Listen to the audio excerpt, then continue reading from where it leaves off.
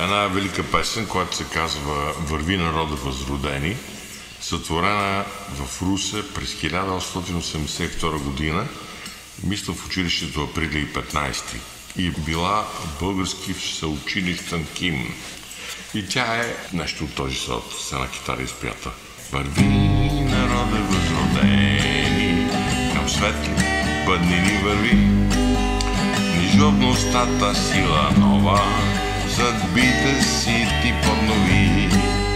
Върви към мощната просвета, световните борби върви, от длъжност неизменна воден и Бог ще те благослови. От длъжност неизменна воден и Бог ще те благослови. Напред науката е слънце, което в душите грей. Напред народността не пада, там дето знанието живей. И беззвестен и безславен, облез в историята веч, духовно покори страните, които завладя с меч. Духовно покори страните, които завладя с меч. И сега, почти 140-150 години след това, след 35 годишна промяна и разруха в България, великият поет Недялко Йорданов съчини друга песен със същия текст, която се казва "Върви народе при немирени". И тя трябва да звучи така.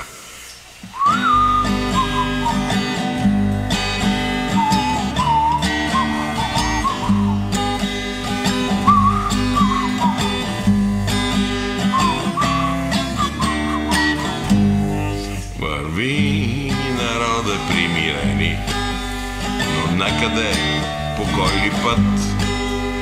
Водачите ти днес насмени, от залъка ти пак крадат.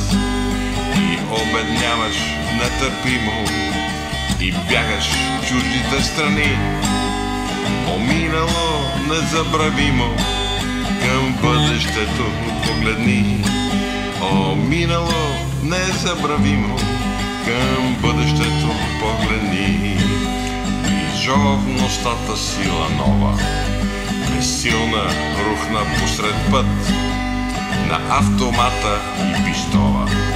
В теб се чува сам гласът, а тез, които пишат книжки, да го призная ме е срам. Досуш като църковни мишки, гладуват празният ти храм. Досуш като църковни мишки, гладуват празният ти храм.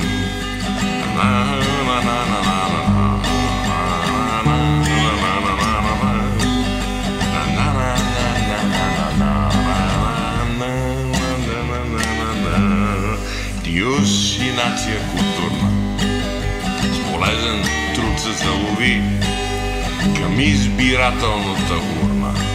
Върви народе, пак върви, за срам на българското слово, с което ще те заблудят.